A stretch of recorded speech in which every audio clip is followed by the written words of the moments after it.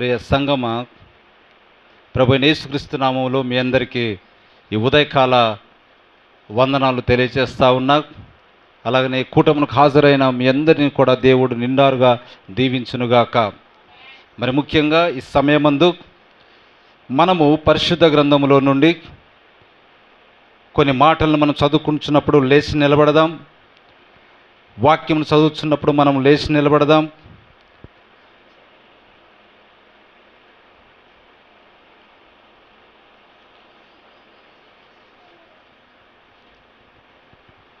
అంతేకాదు, మీ యొక్క పరిశుద్ధ గ్రంథమును మీరు ఓపెన్ చేసి యోహాను రాసిన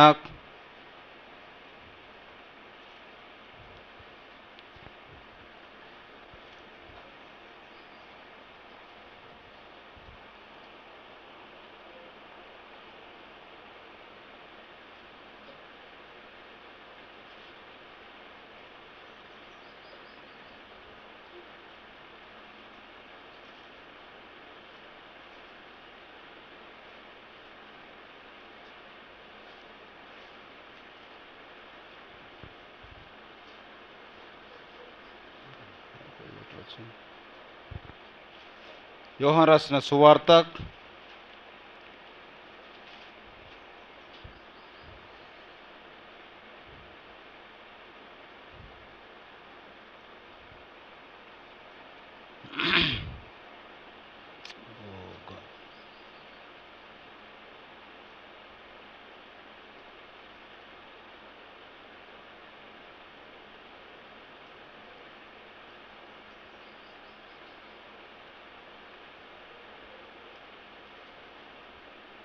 10 మత్తయి సువార్త తీసుకుందాం. మత్తయి సువార్త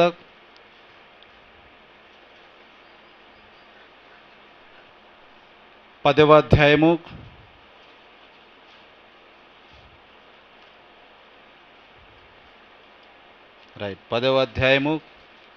32-33 వచనాలు చదువుకుందాం. మనుష్యుల ఎదుట నన్ను ఒప్పుకొను వాడెవడో పరలోకమందున్న నా తండ్రి ఎదుట నేనును వానిని ఒప్పుకొందును. మనుష్యుల ఎదుట ఎవడు నన్ను ఎరుగననునో వానిని పరలోకమందున్న నా తండ్రి ఎదుట నేనును ఎరగనందును. చాలా చిన్న ప్రార్థన చేసుకుందాం. సర్వోన్నతుడా, కృపగల తండ్రి, దయామయుడా, నీ నోట నుండి పలకబడిన నీ లేఖనాన్ని ప్రభువా మేము ఈ దినము ధ్యానించుచున్నాం. గొప్ప పరిశుద్ధాత్ముడుగా మా మధ్యలో మీరున్నారు, మాలో ఉన్నారు. నా తండ్రి, ఈ లేఖనాలను మీరు తీసుకొని సంఘమైన మాతోను మాట్లాడి వినుటకును గ్రహించుటకును మా యొక్క శరీరం అంతటి మీరు సున్నతి చేసి నీ మాటలను ప్రభువా విని దాని ప్రకారం జీవించువారులాగున మాకు సహాయం చేయము. లేఖనం మాకు తెలియచేసినట్టుగా ఈ భూమి మీద నిన్నెవరైతే ఎరుగుదుమని ఒప్పుకుంటారో పరలోకమందు తండ్రి ఎదుట వానిని నేను ఒప్పుకొందును అనే మాటను బట్టి ప్రభువా నీకు వందనములు. ఈ మాటతోటి ప్రభువా మమ్మల్ని నాయన మీరు ఆశీర్వదించినందుకు మీకు స్తుతులు స్తోత్రము చెల్లిస్తూ యేసుక్రీస్తు నామమున స్తుతించి అడిగి ప్రార్థన చేయుచున్నాము. ఆమెన్. మనందరం కూర్చుందాం బ్రదర్స్, కూర్చుందాం సిస్టర్స్.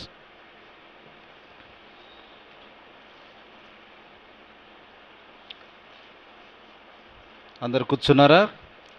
రైట్. హల్లెలూయా. ఈ సమయమందు ఏమని చదువుకున్నాం?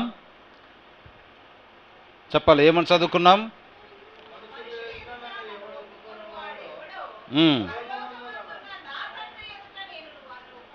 ఆమేన్. హల్లెలూయా.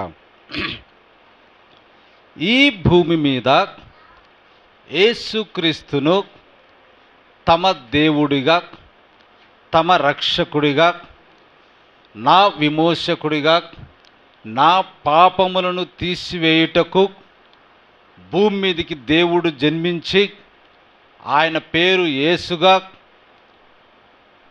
పెట్టుకొని నా యొక్క పాప భారమునంతటిని సిలువలో మ్రోసి నా కొరకు సిలువ వేయబడి చనిపోయి సమాధి చేయబడి తిరిగి 3వ దినాన ఆయన పునరుద్ధానుడయ్యాడు అని ఎవరైతే విశ్వసించి ఈ భూమి మీద ఆ సాక్ష్యాన్ని కలిగి ఉంటారో అటువంటి వారిని దేవుడు ఏం చేయబోతా ఉన్నాడంట? నిన్ను పరలోకానికి తీసుకొని అక్కడ తన తండ్రి ఎదుట లేదా తన మహిమలో నీ పేరును ఒప్పుకుంటా ఉన్నాడు. ఆమేన్, హల్లెలూయా. చూడండి, ఇక్కడ భూమి మీద ఎవరినైతే యేసు దేవుడని ఒప్పుకొని సాక్ష్యం ఇస్తా ఉన్నాడో అటువంటి వ్యక్తులను పరలోకమందు కూడా ఆ యొక్క ప్రవేశ మార్గానికి మనం వచ్చినప్పుడు, ఆ ద్వారం దగ్గరికి వచ్చినప్పుడు ఏమని చెప్తా ఉన్నాడంట? అవును, ఈ రాజు బ్రదర్ నాకు తెలుసు, ఈ సిస్టర్ నాకు తెలుసు, పలానా వ్యక్తి నాకు తెలుసు. లోపలికి రావటం బాగా గమనించాలి. లోపలికి రావటం. ఇప్పుడు మనము ఒక పెళ్లి విందుకి వెళ్ళాం, లేకపోతే ఇంకెక్కడికైనా వెళ్ళాం, తప్పకుండా ద్వారపాలకుడు అనే వ్యక్తి ఉంటాడు. అక్కడ తెలిసిన వ్యక్తి నిలబడి ఉంటాడు. తెలిస్తేనే నీ లోపలికి తీసుకుంటారు, లేకపోతే తీసుకోవటానికి వీలు లేదు. అలాగనే ఒక పార్కుకు నువ్వు వెళ్తావు, పార్కుకు కూడా ఫీజు ఉంటుంది. ఆ యొక్క రసీదు నువ్వు తీసుకున్నప్పుడు ద్వారపాలుడిగా ఆ రసీదు చూపిస్తేనే నీకు లోపట ప్రవేశం. లేకపోతే నువ్వు వెళ్ళి ఏం తీసుకోమంటాడు? నీకు టికెట్ లేదు, లోపలికి రావటానికి నీకు అర్హత లేదు, కాబట్టి నువ్వు టికెట్ కొనుక్కొని రమ్మంటాడు. అట్లనే పరలోకంలో కూడా మనం వెళ్ళాలి అంటే భూమి మీదనే క్రీస్తును మనము రక్షకుడిగా అంగీకరించాలి, ఒప్పుకోవాలి. అలా ఒప్పుకున్నప్పుడు ఏ వ్యక్తి అయితే భూమి మీద ఒప్పుకున్నాడో పరలోకమందు దేవుడు కూడా ఇతను నాకు తెలుసు, ఎందుకంటే నన్ను భూమి మీద ఇతను ఒప్పుకున్నాడు. పిల్లలు, నన్ను ఒప్పుకున్నాడు కాబట్టి నేను ఇప్పుడు ఒప్పుకుంటున్నా. ఆమేన్, హల్లెలూయా, హల్లెలూయా. చూడండి, కాబట్టి ప్రభువు మనల్ని ఒప్పుకోవాలి అంటే మనం ఏం కావాలంటే దైవ సన్నిధిలోనికి వచ్చిన మనము, దేవుడి దగ్గరికి వచ్చిన మనము పరిపూర్ణులము కావాలి. దేవుడి దగ్గరికి వచ్చిన ప్రతి కుమారుడు, ప్రతి కుమార్తె ఏం కావాలి? పరిపూర్ణులు కావాలి. ఆయన కోరుకున్నది అదే. చూడండి, యేసుక్రీస్తు చెప్తా ఉన్నాడు యోహాను సువార్తలో, పరలోకమందున్న మీ తండ్రి పరిపూర్ణుడై ఉన్న ప్రకారము మీరును పరిపూర్ణులై ఉండుడి.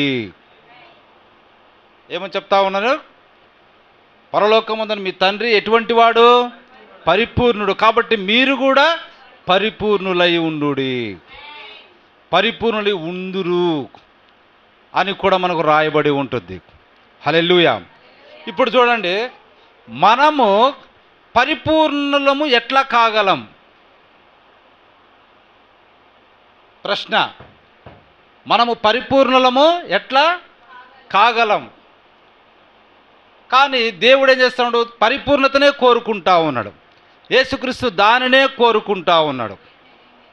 యేసుక్రీస్తు పరిపూర్ణులు కావాలి మనమని కోరుకున్నట్లయితే యేసుక్రీస్తు దాని కొరకు ఒక మార్గమును ఏర్పరచవలెను.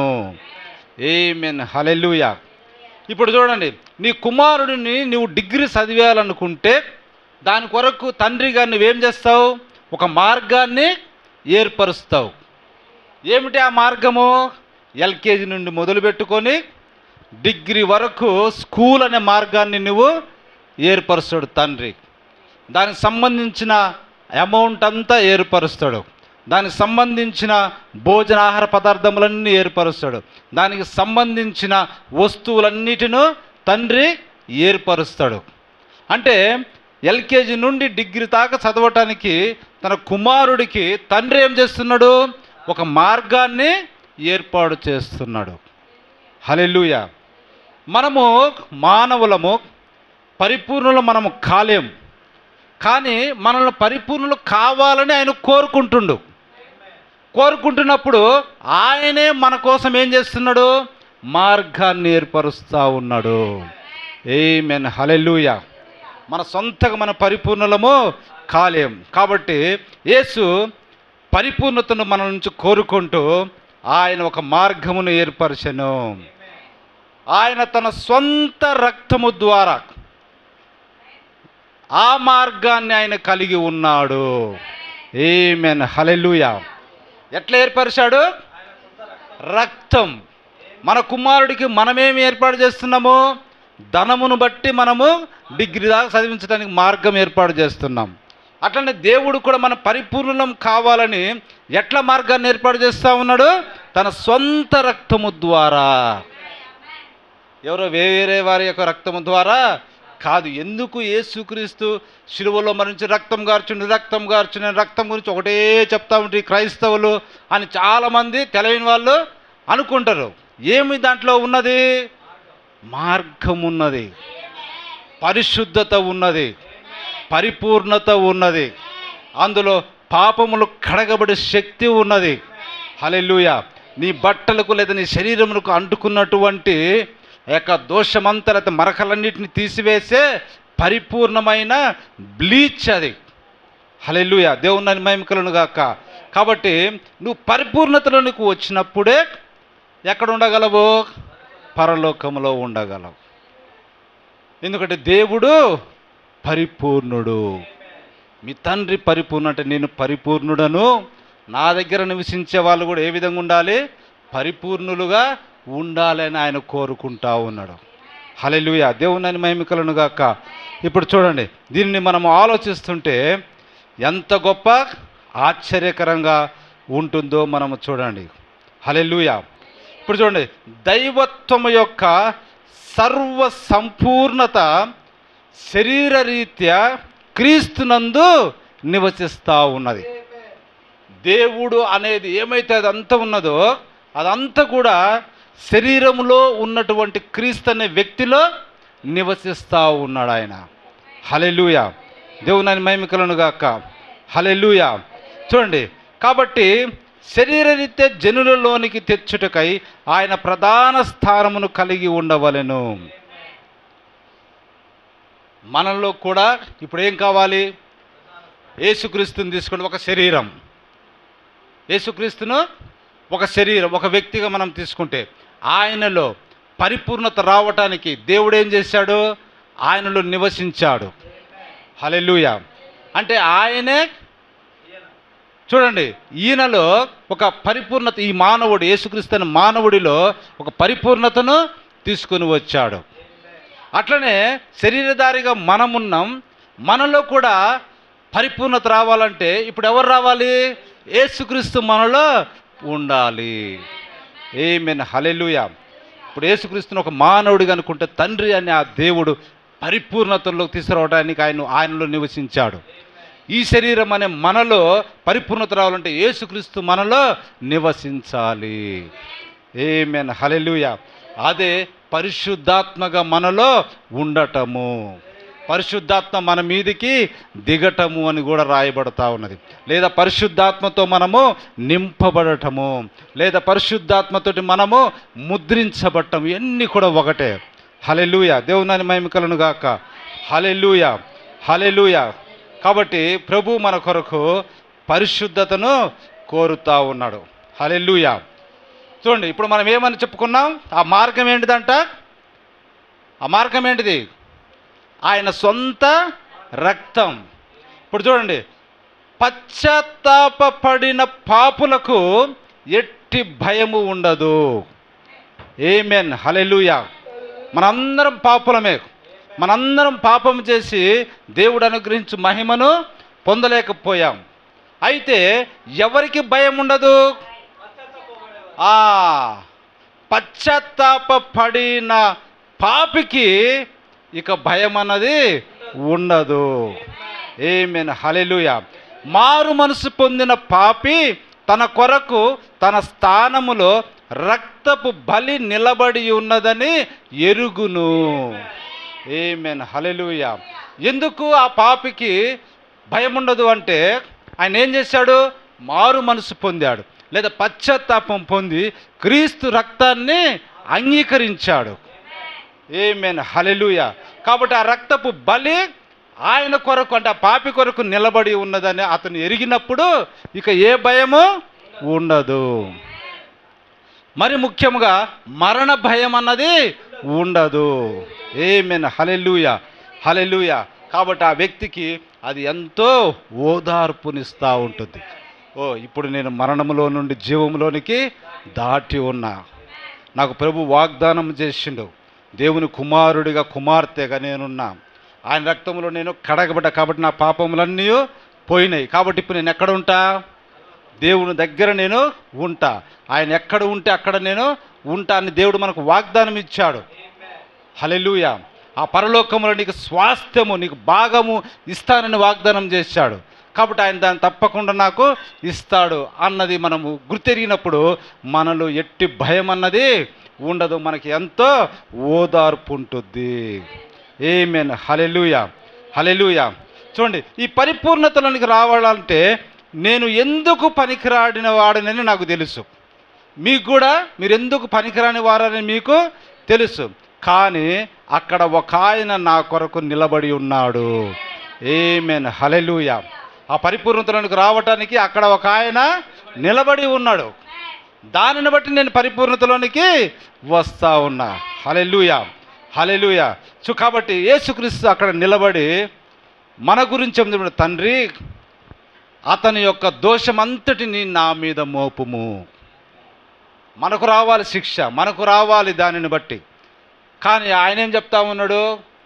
తండ్రి అతని యొక్క దోషమంతా, ఆమె యొక్క దోషమంతా నా మీద మోపుము. హల్లెలూయా. ఎందుకనగా అతడు నా కొరకు భూమి మీద నిలబడి ఉన్నాడు. ఆమేన్, హల్లెలూయా. మనం ఇప్పుడు క్రీస్తు యొక్క ప్రతినిధులముగా, క్రీస్తును నమ్మిన వారిగా ఈ భూమి మీద మనము నిలబడి ఉన్నాం. రేపు అక్కడికి వెళ్ళిన తర్వాత ఏం చెప్తామంటే, ఇతను భూమి మీద నా కొరకు నా పక్షముగా నిలబడి, క్రైస్తవుడిగా నిలబడి ఉన్నాడు. కాబట్టి ఇతన్ని లోపలికి ప్రవేశపెట్టుము. హల్లెలూయా. అతని తప్పులు ఏమని ఉంటే నా గుండా మీరు చూడండి. దేవుని మహిమ కలుగును గాక. అదెంత మనకు ఓదార్పునిస్తుందో ఒకసారి గమనించండి. హల్లెలూయా, హల్లెలూయా. తర్వాత లూకా సువార్త 12వ అధ్యాయము 8-9 వచనాలు చదవండి. మరియు నేను మీతో చెప్పున్నదేమనగా,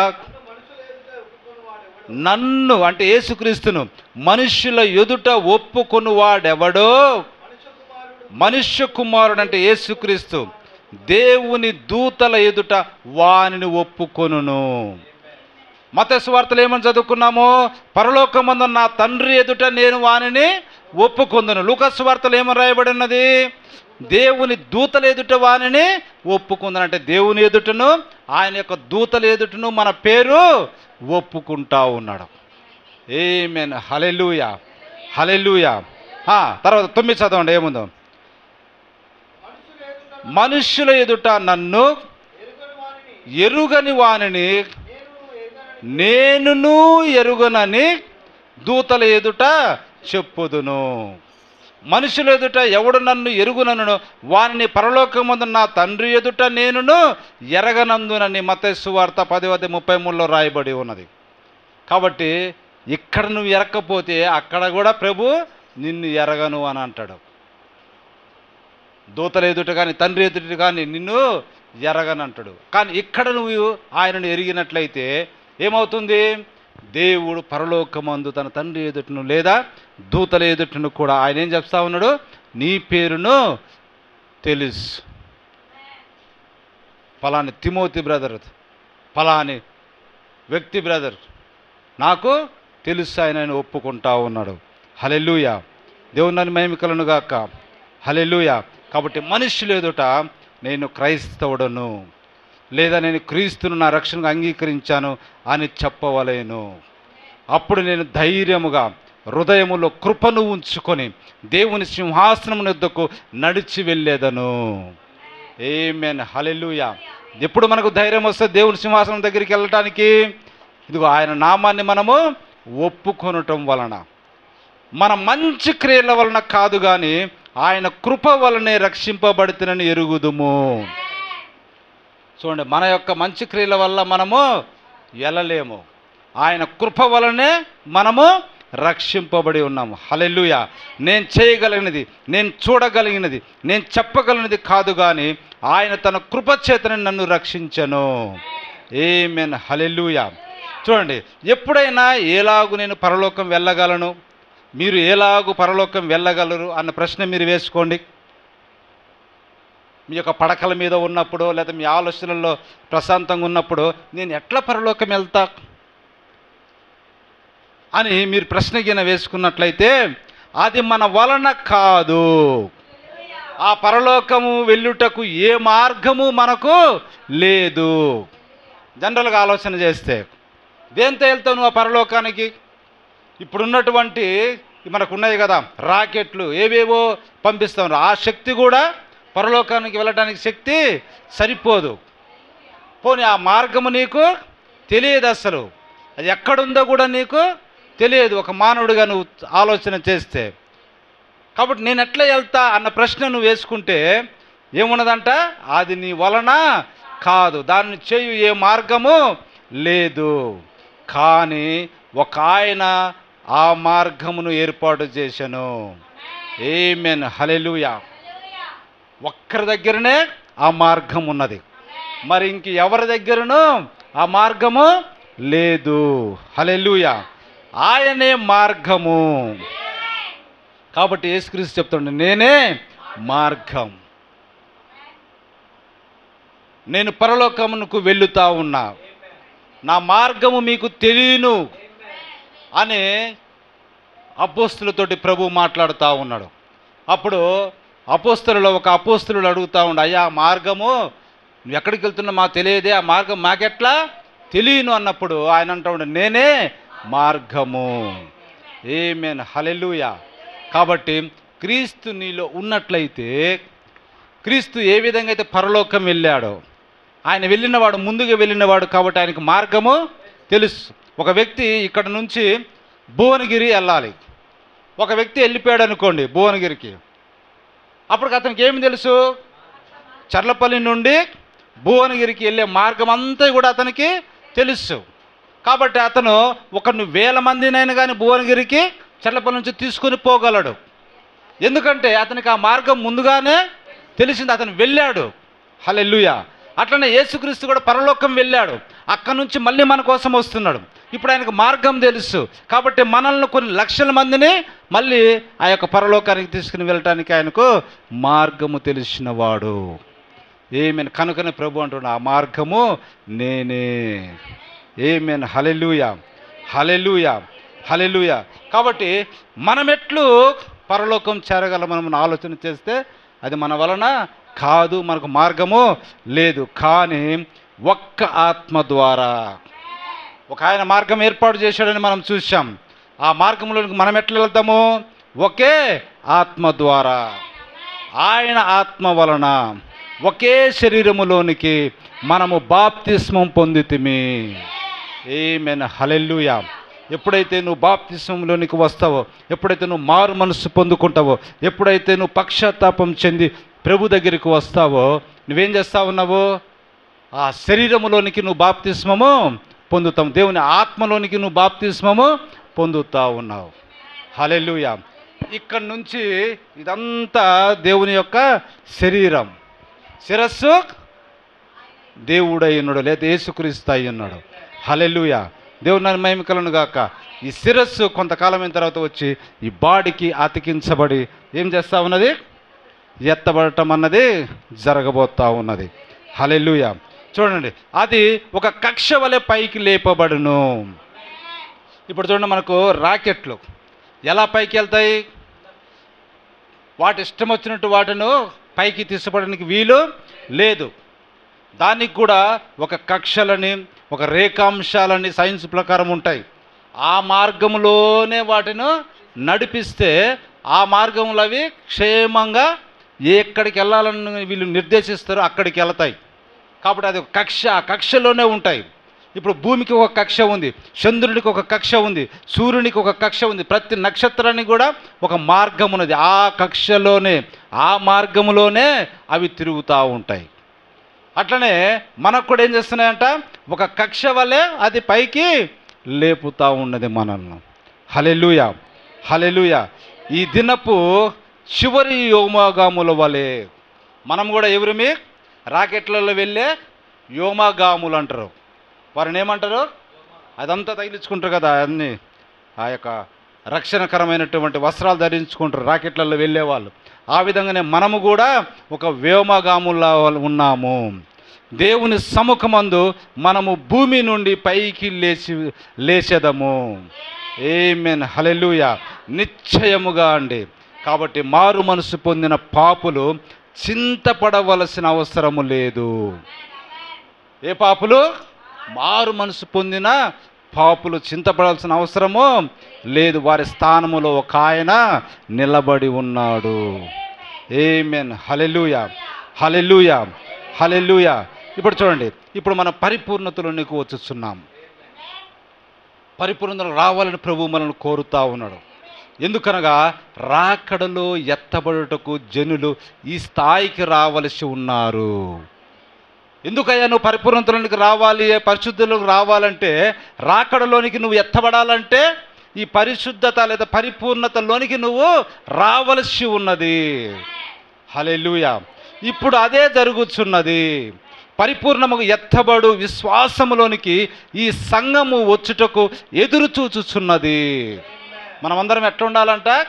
పరిపూర్ణతలోనికి వచ్చుటానికి, అంటే రాకడలు ఎత్తబడటానికి మనం ఏం చేయాలంట? ఎదురు చూచుచుండాలి. అది మనం చేయాల్సింది. పరిపూర్ణతలోనికి రావాలి. ఇక మనం బైబిల్ చదువుకున్న, మారు మనసు పొందినాం, దేవుడు అంటే తెలుసు, కార్యక్రమాలన్నీ మనకు తెలుసు. కానీ మనం ఎక్కడికి రావాలంట?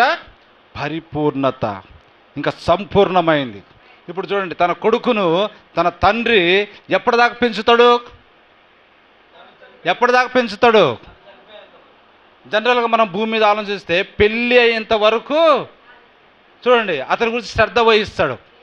పెళ్ళి అయిన తర్వాత జనరల్గా ఏం చేస్తాడు? ఇంకా నీ బ్రతుకు నువ్వు బ్రతుకు అంటే అప్పటికి ఏంటిది? వాడు పరిపూర్ణతలోనికి వచ్చాడు. నీకంటూ ఒక కుటుంబం ఏర్పడింది, నీకంటూ మళ్ళీ పిల్లలు రాబోతా ఉన్నారు. నువ్వు ఈ భూమి మీద నీకంటూ ఒక కుటుంబము ఉండబోతా ఉన్నది.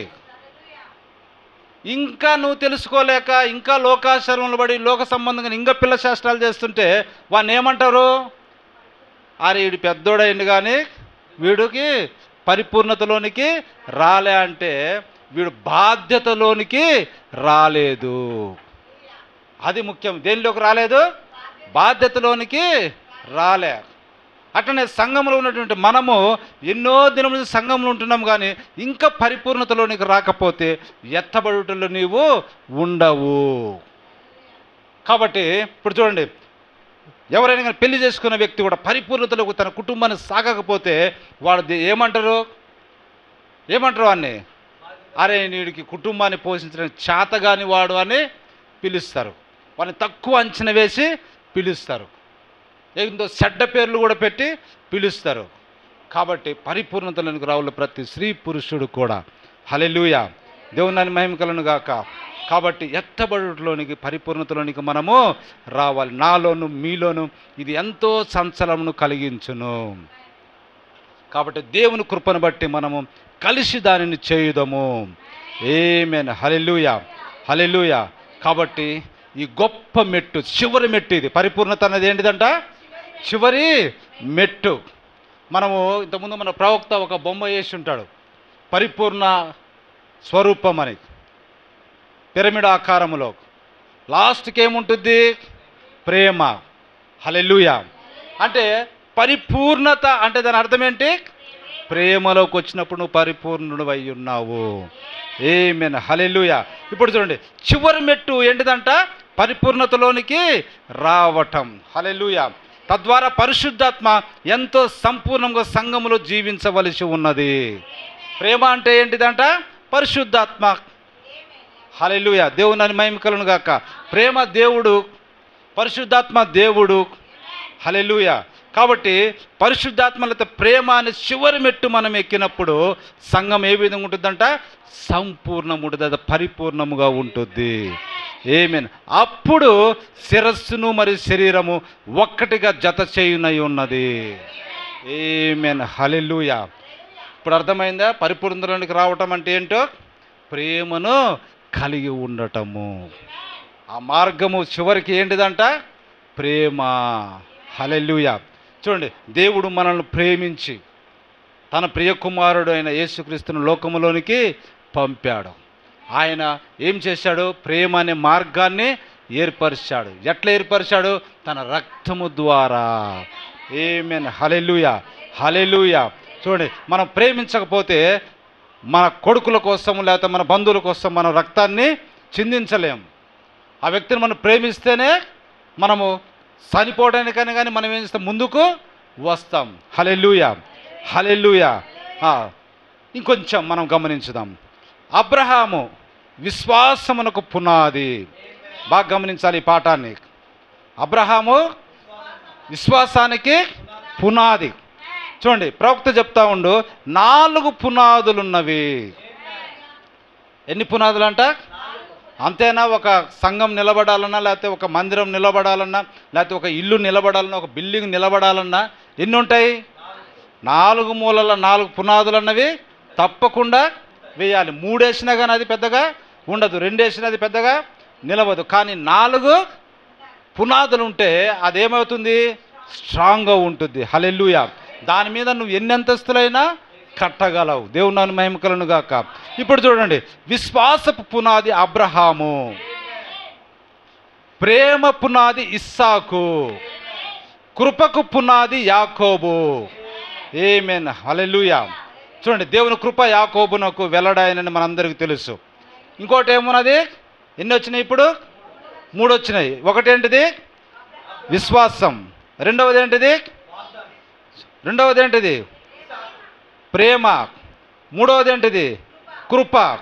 హల్లెలూయా. నెక్స్ట్ రావాల్సింది ఏంటిది? ఇంకా ఇప్పుడు దాకా మనం చెప్పుకుంటే పరిపూర్ణత. హల్లెలూయా. దేవుని మహిమ కలుగును గాక. ఆ పరిపూర్ణత యోసేపులో ఉన్నది. ఆమేన్. హల్లెలూయా. ఇప్పుడు చూడండి, అబ్రహాము ఏంటిది? విశ్వాసం అనే పునాది. తర్వాత ప్రేమ అనే పునాది ఇస్సాకు, యాకోబు అనే పునాది కృప. ఇప్పుడు యోసేపు పరిపూర్ణత. హల్లెలూయా. దేవుని మహిమ కలుగును గాక. వీరందరికీ ఏదో ఒక దాన్ని ఏమంటాము? లోపం ఉన్నది. ఎవరెవరికి? అబ్రహాముకు కానీ, ఇస్సాకుకు కానీ, యాకోబుకు కానీ. కానీ యోసేపులో ఏ లోపము లేదు. ఆమేన్. హల్లెలూయా. కాబట్టి యోసేపు యేసుక్రీస్తుకు సాదృశ్యమై ఉన్నాడు. దేవుని మహిమ కలుగును గాక. యోసేపులో పరిపూర్ణత ఉండెను. చూడండి, ఆ పునాది ఎట్లా ఉన్నదో ఒకసారి గమనించండి. అంటే పరిపూర్ణతలోనికి నువ్వు వచ్చాక ఇక నీలో ఏముండకూడదు? ఏ లోపం అన్నది ఇంకా నీకు ఉండకూడదు. హల్లెలూయా. నీకు ఒకవేళ విశ్వాసం ఉంది, ప్రేమ ఉంది, నీకు కృప ఉంది, కానీ ఈ 3 దేంట్లోకి రావాలి? పరిపూర్ణతలోనికి వచ్చినప్పుడు ఇక నీకు ఏ లోపం అంటూ ఉండదు. అప్పుడు నువ్వు ఎక్కడుంటావు? రాకడలో ఉంటావు, ఎత్తబడుటలో ఉంటావు. నువ్వు పరిపూర్ణుడైన మనిషివి. ఆమేన్. హల్లెలూయా. చూడండి, కాబట్టి యోసేపులో ఏంటంట? ఒక్క లోపము కూడా కనపడదు ఆయన దగ్గర. ఆయన చరిత్ర మనం చదివినప్పుడు. హల్లెలూయా. దేవుని మహిమ కలుగును గాక. కాబట్టి మొదటి పునాది మీద కాదు, రెండవ పునాది మీద కాదు, మూడవ పునాది మీద కాదు, కానీ 4వ పునాది మీద మనము నిలబడి ఉండాలి. ఈ 4 పునాదులు మనకు ముఖ్యమైన పునాదులుగా మనకు కనపడతా ఉన్నాయి. హల్లెలూయా, హల్లెలూయా, హల్లెలూయా. కాబట్టి పరిపూర్ణతలోనికి వచ్చినప్పుడు మనం ఏం చేస్తా ఉన్నాము? ఎత్తబడటం అన్నది జరుగుతూ ఉంటుంది. దేవుని నన్ను మహిమకలను గాక. ఇంకొంచెం ఓర్చుకోండి. ఇప్పుడు విశ్వాసము, ప్రేమ, కృప మరియు పరిపూర్ణతల ద్వారా పితరుల ద్వారా పునాది వేయబడెను. వారంతా మనకు పితరులేనా? అంటే ముందున్న వారేనా? పితరులు అంటే ఏంటిది? మనకంటే ముందున్న వారిని పితరులు అంటాం. కాబట్టి పితరుల ద్వారా పునాది వేయబడెను. హల్లెలూయా. చివరికి దాని అంతటికి, అంటే ఆ పితరులు వేసిన పునాదిని అంతటికి ఏమొచ్చింది? శిరస్సు వచ్చెను. పాత నిబంధనలు వీళ్ళందరూ వేసినప్పుడు చివరికి ఏమొచ్చింది? యేసుక్రీస్తునే శిరస్సు వచ్చింది. హల్లెలూయా. దేవుని నాని మహిమ కలుగును గాక. ఇప్పుడు చూడండి, మిగిలిన శరీరం అంతయు దానిని గూర్చి చెప్పాను. శరీరం అంటే ఏంటిది? ప్రవక్తలు, ఆయన యొక్క విశ్వాసులు, ఆయన నమ్మిన జనులందరూ కూడా యేసుక్రీస్తు గురించే చెప్పుకుంటూ వచ్చారు. ఇప్పుడు చూడండి, పితరుల ద్వారా పునాది వేయబడింది, కానీ వాక్యమై ఉన్న ప్రవక్తల ద్వారా శరీరము నిర్మించబడెను. ఆమేన్, హల్లెలూయా. శరీరము ఎవరి ద్వారా నిర్మించబడతా ఉంది? ప్రవక్తుల ద్వారానే. హల్లెలూయా. ఎందుకంటే ప్రవక్తులు వాక్యాన్ని తీసుకొని శరీరానికి తయారు చేస్తూ ఉంటారు. కాబట్టి ప్రవక్తలను దేవుడు వాడుకున్నట్టుగా మనం చూస్తూ ఉన్నాం. ప్రతి కాలానికి ప్రవక్తలను ఆయన పంపించాడు. ఎందుకంటే ఆయనకు శరీరము కావాలంటే సంఘము కావాలి. శరీరం అంటే ఏంటిది? సంఘము. ఆమేన్, హల్లెలూయా. దేవుని మహిమ కలుగును గాక. అలా నిర్మించినప్పుడు అప్పటికి శిరస్సు అనే యేసు రంగం మీదకి వచ్చెను. శిరస్సు అతకబడినది. హల్లెలూయా. దేవుని మహిమ కలుగును గాక. హల్లెలూయా, హల్లెలూయా. అప్పుడు ఏమని పిలువబడతా ఉందంటే, నన్ను చూసినవాడు తండ్రిని చూసి ఉన్నాడు. పరిపూర్ణతలోనికి రావటం. హల్లెలూయా, హల్లెలూయా. ఇంకొంచెం ఉంది. కానీ పరిపూర్ణత అను క్రియ బాగా గమనించండి. ఈ పరిపూర్ణత అనే క్రియ ఎట్లా మనకు వస్తుందంటే, మనకును దేవునికి మధ్య జరుగును, నీకును దేవునికి మధ్య జరుగును, నాకును దేవునికి మధ్య జరిగే క్రియ అది. హల్లెలూయా. దేవుని మహిమ కలుగును గాక. అది వ్యక్తిగత సంబంధం. మనందరం కలిసి దాని ఏదో సాధించలేం. ఎందుకంటే ఎవరికి ఎవరే దేవునితో ఆ సంబంధం కలిగి ఉండాలి. వ్యక్తిగత సంబంధం కలిగినప్పుడు ఏమొస్తూ ఉందంట? పరిపూర్ణత అన్నది వస్తూ ఉన్నది. హల్లెలూయా. దేవుని మహిమ కలుగును గాక. క్రీస్తు యొక్క రక్తము మనల్ని పరిశుద్ధాత్మ యందు పరిపూర్ణము చేయును. ప్రవక్త చెప్పిన మాట ఇది. హల్లెలూయా. ఏంటంటే క్రీస్తు యొక్క రక్తము మనలను పరిశుద్ధాత్మ యందు పరిపూర్ణము చేస్తూ ఉన్నది. హల్లెలూయా. యేసుక్రీస్తు అను తన వాక్యము ద్వారా సంఘమును పరిపూర్ణతకు ఆయన పిలువబోచున్నాడు. ఆమేన్, హల్లెలూయా. చూడండి, ఇంకా ఈ పరిపూర్ణతకు 3 దశలు ఉన్నవి. 1 నీతికరణము, 2 శుద్ధీకరణము, 3 పరిశుద్ధాత్మ బాప్తిస్మము. అప్పుడు ఎత్తబడుట అన్నది జరుగును. ఆమేన్, హల్లెలూయా, హల్లెలూయా, హల్లెలూయా. కాబట్టి ఆయన వాక్యం అంతటి యందు మనం విశ్వాసము ఉంచాలి. హల్లెలూయా. ఏంటంట మనం ఎట్లా ఉండాలి? మన విశ్వాసము ఆయన వాక్యం అంతటి మీద మన విశ్వాసము ఉండాలి. ఆయన బీజముగా ఉన్నవారు పరిశుద్ధ ఏదైనాను తీసుకుని వచ్చేదరు. ఆమేన్, హల్లెలూయా.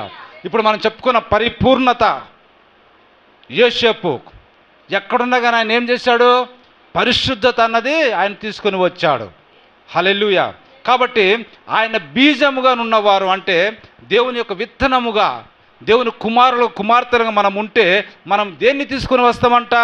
పరిశుద్ధ ఏదైనాను తీసుకొని వచ్చేదము.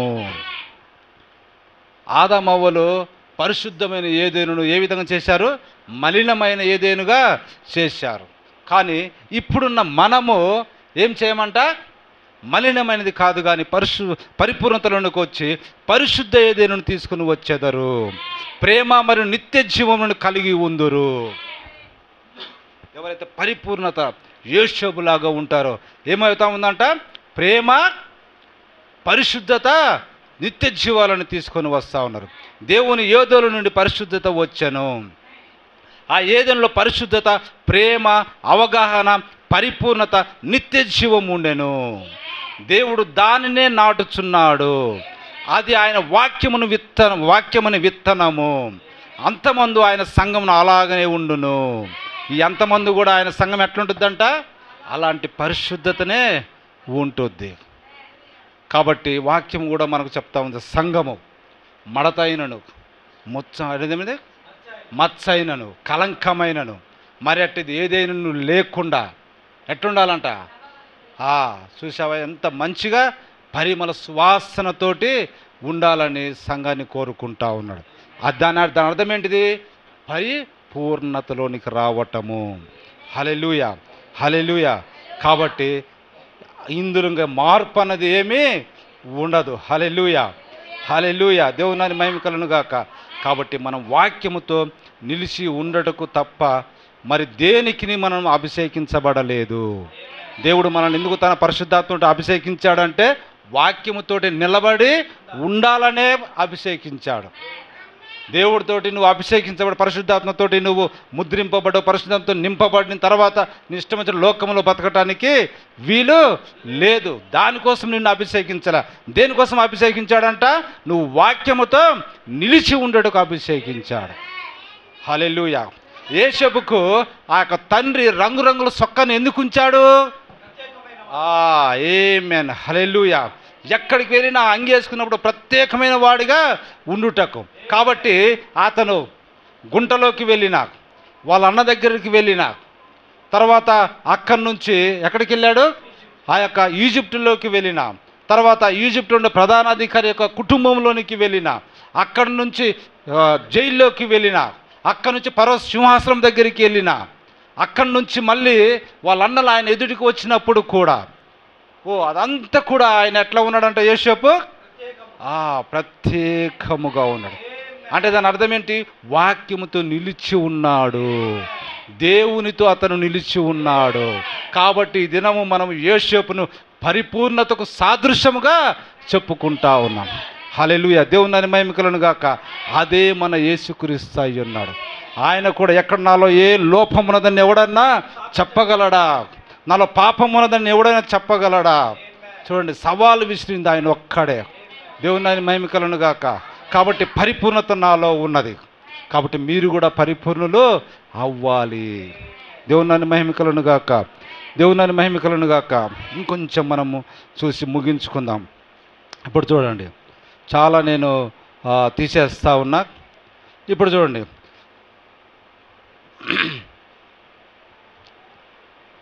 క్రీస్తును నువ్వు కనుగొన్నప్పుడు ఒకటి జరుగుతూ ఉంది. క్రీస్తును నీవు కలిగి ఉన్నప్పుడు లేదా కనుగొన్నప్పుడు ఒకటి నీళ్ళు తప్పకుండా జరుగుతుంది. నీవు ఇక ఏ మాత్రము నెమ్మదిగా కూర్చున్న జాలవు. నీ తక్కిన దినములన్నీ నువ్వు మారిన వ్యక్తిగానే ఉందువు. అది ఒక దినము కాదు, 2 కాదు, మారిన వ్యక్తిలాగా ఉండటం. నీ దినములన్నీ, నీ బ్రతుకు దినములన్నీ, నీ తక్కిన దినములన్నీ నువ్వు ఎలా ఉంటావంట? మారిన వ్యక్తిగానే ఉందువు. అప్పుడు జీవము ఏకమైనప్పుడు ప్రకాశముకు కాంతి వచ్చును. ఆమేన్, హల్లెలూయా. చూడండి, జీవము కలిసినప్పుడు ఏమొస్తుందంట? ప్రకాశవంతమైన వెలుగు అన్నది వస్తుంది. హల్లెలూయా. ఇప్పుడు చూడండి, బల్బుకు వైరును కలిపినప్పుడు అది సరి అయిన బల్బు అయినచో అది వెలుగును ఇవ్వవలసి ఉన్నది. ఆమేన్, హల్లెలూయా. పిల్లలు బయటికి వెళ్ళిన లోపల రావాలి. నిజమైన బల్బు అయితే ఏం కావాలంట? బల్బుకు వైర్ను కలిపినప్పుడు ఏం రావాలి? వెలుగు అన్నది తప్పకుండా రావాలి. అట్లా నువ్వు నిజమైన విశ్వాసమైన వాక్యము నీలోనికి వచ్చినప్పుడు నువ్వు తప్పకుండా ఏం కావాలి? ఈ లోకానికి వెలుగై ఉండాలి. ఆమేన్, హల్లెలూయా. కాబట్టి ప్రభు అన్నాడు, దేవుని యొక్క లేదా తండ్రి యొక్క వాక్యం నా దగ్గరికి వచ్చింది కాబట్టి ఈ లోకానికి నేను వెలుగును అని యేసుక్రీస్తు చెప్పిండు. అదే యేసుక్రీస్తు మన గురించి ఏం చెప్తున్నాడు? మీరును లోకానికి వెలుగై ఉన్నారు. హల్లెలూయా. వెలుగు కావాలంటే నీకేం కావాలి? నువ్వు బల్బు, నీకేం కావాలి? ఇప్పుడు వైరు నీకు కలపబడాలి. బల్బు ఉంది కానీ వైర్ కలపబడకపోతే అది ఎన్నడూ వెలుగును ఇవ్వలేదు. అంటే వాక్యము నీలోనికి వచ్చినప్పుడు నువ్వు నిజమైన బల్బ్ అయితే ఏం చేయగలవు? నీ వెలుగును ప్రసరించగలవు. ఆమేన్, హల్లెలూయా, హల్లెలూయా. కాబట్టి విద్యుత్తు మరియు బల్బు ఒక చోటకు వచ్చినప్పుడు వెలుగు విరజిమ్మటం తప్ప మరేమీ జరగదు. చూడండి, విద్యుత్తు బల్బు ఒక చోటకు వచ్చినప్పుడు ఏం జరుగుతుంది? విద్యుత్తు చూడండి, ఆ వెలుగు అన్నది ప్రసరించబడాలి తప్ప మరి ఇంకోటి ఏమి చీకటి వస్తుందా? రాదు. హల్లెలూయా, దేవుని మహిమ కలుగును గాక. ఓ దేవుని మహిమ కలుగును గాక. కాబట్టి ఒక స్త్రీ లేక పురుషుడు నిత్య జీవనముకు ముందే ఏర్పాటు కాబడినప్పుడు దేవుని యొక్క విద్యుత్తు ఆ బల్బును అంటుకునుట వారు చూతురు. అది తనకు వీలున్న చోటున కాంతిని వెదజల్లును. ఆమేన్, హల్లెలూయా. కలపడినప్పుడు నువ్వేం చేస్తావు? ఆ కాంతిని అన్నది వెదజల్లేస్తావు. అప్పుడు నువ్వు లోకానికి వెలుగై ఉన్నావు. దేవుని మహిమ కలుగును గాక. ఇప్పుడు చూడండి, ప్రవక్త చెప్తా ఉన్నాడు, నీవు 10 వాటుల వెలుగు విరజిమ్మకపోవచ్చును కానీ. ఎంతంట? 10 వాట్ల బల్బు ఇది. అది అంతటి వెలుగు నువ్వు విరజిమ్మలేకపోవచ్చు, కానీ నీకున్నదే నీవు విరజిమ్ముదువు. ఆమేన్, హల్లెలూయా. కొంతమంది బాగా గట్టిగా ప్రసంగం చేయగలరు, లేకపోతే కొంతమంది బాగా గట్టిగా పాటలు పాడగలరు, లేకపోతే కొంతమంది గట్టిగా ఇంకేం చేయగలరు? ప్రార్థన చేయగలరు. రకరకాలుగా ఉండొచ్చు. అది వారుకున్నటువంటి వాట్స్, వారుకున్నట్టు బల్బు యొక్క కెపాసిటీ. అట్లనే నీకేమున్నదో అంతవరకు నువ్వు నీ యొక్క వెలుగును వెదజల్లుతావు. హల్లెలూయా, దేవుని మహిమ కలుగును గాక. అంత మాత్రం అది బల్బుగా కూడా పోతుందా? అది నిజమైన బల్బే. ఏ బల్బు అయితే వెలిగిస్తుందో ఆ బల్బు నిజమైన బల్బే. ఆమేన్, హల్లెలూయా. కాబట్టి నీకున్నదే నువ్వు విరజిమ్ముదువు. నీకు 500 వాట్ లేకపోయినా కానీ 10 వాటలు వెలుగునే వెదజల్లేదవు. నీ వెలుగును ఇమ్ము, అంతే. హల్లెలూయా. నువ్వేమై ఉన్నావో ఆ వెలుగును నువ్వు ఇమ్ము. ఇప్పుడు చూడండి, ఈ దినం మనము 500 వాట్స్ బల్బ్ వేస్తాం, ఎంతో ప్రకాశమానంగా ఉంటుంది. ఒక 30 సంవత్సరాలు 40 సంవత్సరాల కిందట మా ఇంట్లో ఏమున్నది? కిరోసిన్ దీపము ఉన్నది. ఎంత వెలిగిస్తుంది అది? 2 వాట్లో 3 వాట్లో ఇచ్చేది. అదే దాంట్లో మేము బ్రతికాం చిన్నపిల్లలప్పుడు. అదే వెలుగులు మేము చదువుకున్నాం. హల్లెలూయా.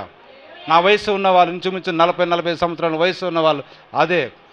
ఆ తర్వాత నాకు తెలిసి మాకు 10-15 సంవత్సరాలు వస్తున్నప్పుడు అప్పుడప్పుడే వీధులలోకి ఈ బల్బులు, అటుపోతే కరెంటు వైర్లు, స్తంభాలు అనేవి వచ్చినాయి. కాబట్టి దీపం కొంచెమే కావచ్చు, కానీ దాని వెలుగు అది విరజిమ్ముతా ఉన్నది. ఆమేన్, హల్లెలూయా. దేవుని మహిమ కలుగును గాక. కాబట్టి మీ సత్క్రియలు చూసి పరలోకమందున మీ తండ్రిని మహిమపరుస్తున్నట్లుగా మనుషులు ఎదుట మీ వెలుగు ప్రకాశింపనీయుడి. ఏందయ్యా వెలుగు అంటే? మీ సత్క్రియలు. అది పరిపూర్ణత. యేసేపు తన బ్రతికిన జీవితం అంతటి కూడా ఏ క్రియ చేశాడు? సత్క్రియనే చేశాడు. హల్లెలూయా, దేవుని మహిమ కలుగును గాక. దానికి ఉదాహరణగానే మనం ఆ స్త్రీ నుండి పారిపోయినట్టుగా మనం యేసేపును చూస్తున్నాం. అదేంటిది? సత్క్రియ. అదే కాదు మన జీవితం కూడా ఎన్నో ఉంటాయి, కానీ వాటన్నిటి నుండి మనం తప్పించుకోవటము సత్క్రియ. ఆ సత్క్రియలు చూసి పరలోకమందున్న మన తండ్రి మహిమపరచబడతా ఉన్నాడు. మనుషులు ఎదుట మన వెలుగు ప్రకాశింపబడతా ఉంది. ఆమేన్, హల్లెలూయా. ఒక వ్యక్తి దేవుని సన్నిధిలోనికి వచ్చినప్పుడు తనలో ఏ మంచి లేదు అని గుర్తించును. ఏమీ లేని మనిషి తానెంత పెద్దవాడనో, తానెన్ని కార్యములు చేసేతును అని చెప్పుకొనుట ఎట్లుంటుంది? అసలు వాడికి ఏమీ కాని వ్యక్తి, కానీ ఏమనుకుంటున్నాడు? నేను ఎంతో గొప్పవాడిని అని అనుకుంటున్నాడు. కానీ ఏమీ కాదు, అతని ప్రారంభమే శూన్యమై ఉన్నది. హల్లెలూయా, దేవుని మహిమ కలుగును గాక. హల్లెలూయా. చివరిగా మనం ఒక మాట చెప్పుకుందాం. ఒక వ్యక్తికి లేదా ఒక స్త్రీకి బాగా గుర్తుపెట్టుకొని, రక్షణ తరువాత దేవుడు అనుగ్రహించు ఒక మంచి కార్యం ఏదైనా ఉన్నదంటే అది భార్య అయి ఉన్నది. ఆమేన్, హల్లెలూయా. బాగా వినాలి ఇదంతా. భార్య అంటే నేను పురుషుణ్ణి, నాకు భార్య అని కాదు.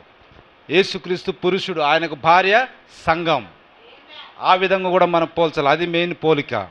హల్లెలూయా. అట్లనే మనము పురుషులం, మనకు ఒక భార్య ఉన్నది. చూడండి, ప్రవక్త చెప్తా ఉండే ఏమి జరుగుతున్నది. రక్షణ తర్వాత దేవుడు అనుగ్రహించిన గొప్ప బహుమతి లేకపోతే గొప్ప కార్యం ఏమైనదంటే ఒక మంచి భార్యను దేవుడు అనుగ్రహించుట. తండ్రి అనే దేవుడు యేసుక్రీస్తు అనే తన కుమారుడికి మంచి సంఘాన్ని బహుమతిగా ఇవ్వాలి.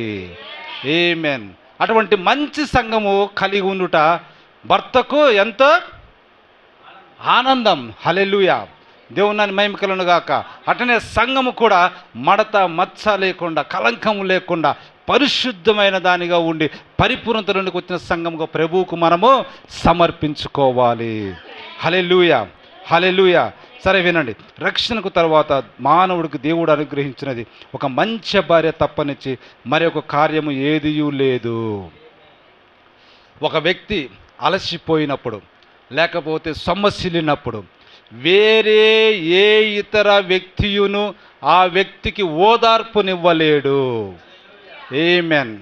ఒక వ్యక్తి ఎలా ఉన్నాడంట? సొమ్మసిల్లిపోయినప్పుడు లేకపోతే అలసిపోయినప్పుడు వేరే వారు ఆయనకంత ఆదరణ ఓదార్పు అనేది ఎవరు ఇవ్వలేరు. బాగా గమనించండి.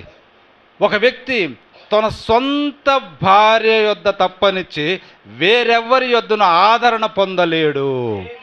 ఆమేన్, హల్లెలూయా. వాళ్ళ దగ్గర పొందితే మహా అంటే ఒక 5-10 నిమిషాలు, తర్వాత నువ్వు మళ్ళీ ఎక్కడికి రావాలి? గృహానికే నీవు రావాలి. గృహంలో ఎవరు ఉంటారు?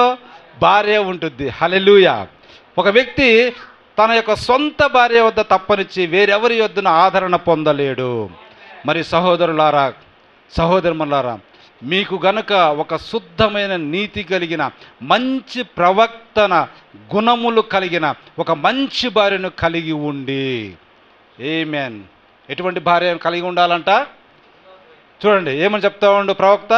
శుద్ధమైన నీతి కలిగిన మంచి ప్రవర్తన గల గుణములు కలిగిన ఒక మంచి భార్యను కలిగి ఉన్నట్లయితే నీవు నిరాశ నిస్పృహతో వచ్చిన సమయములో నీ భార్య నీ పక్కన కూర్చొని మరియు నీతో సంభాషించు భార్యను నీవు కలిగి ఉన్నా నీవు ఎంతో భాగ్యవంతుడు అవుతావు. ఆమేన్, హల్లెలూయా. చూడండి, మగ మనిషి బయటికి పోయి ఎన్నో నిరాశ నిస్పృహలతో అలసిపోయి వస్తాడు. అటువంటప్పుడు ఒక మంచి గుణవతి అయిన స్త్రీ ఏం చేస్తుందంట? పక్కన కూర్చొని చూడండి మంచి మాటలతోటి తన భర్తను ఏం కలిగిస్తుందంట? ఆదరణ కలిగిస్తుంది. హల్లెలూయా.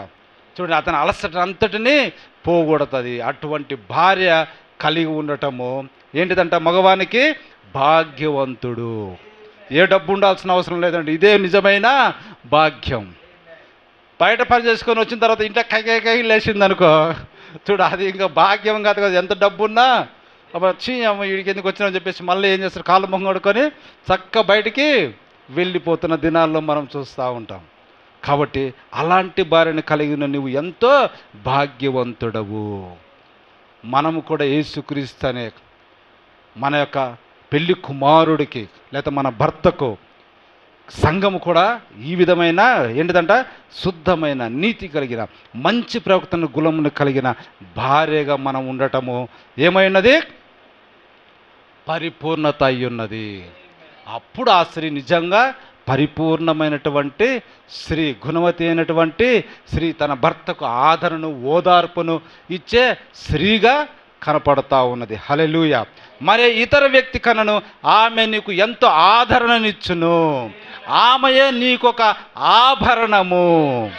చూడండి, ఆమె నీకు ఒక ఆభరణం. అటువంటి మంచి భార్య నువ్వు కలిగినప్పుడు ఎక్కడికి తీసుకెళ్ళినా కానీ నీకు ఎట్లుంటుందంట?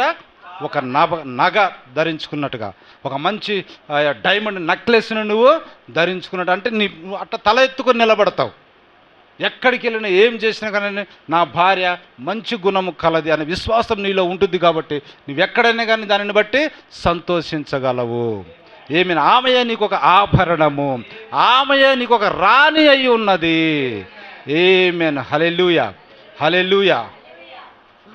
కాబట్టి ప్రియ సంగమా, యేషేపు ఇటువంటి పరిపూర్ణతలోకి వచ్చిన 4వ పునాదిగా విశ్వాసము, కృప మరియు ప్రేమ ఇవన్నీ కలిసి కూడా మళ్ళీ ఎక్కడికి వస్తూ ఉన్నాయి?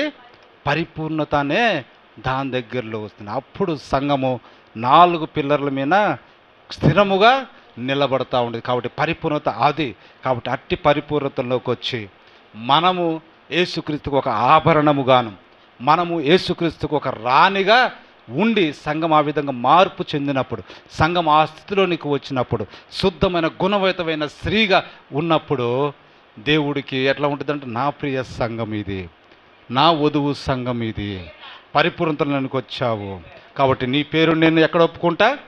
తండ్రి ఎదుట, దూతల ఎదుట నేను ఒప్పుకుంటా, నీకు పరలోకము ఉన్నది అని ప్రభువు మనకి దినాన తెలియజేస్తా ఉన్నాడు. హల్లెలూయా.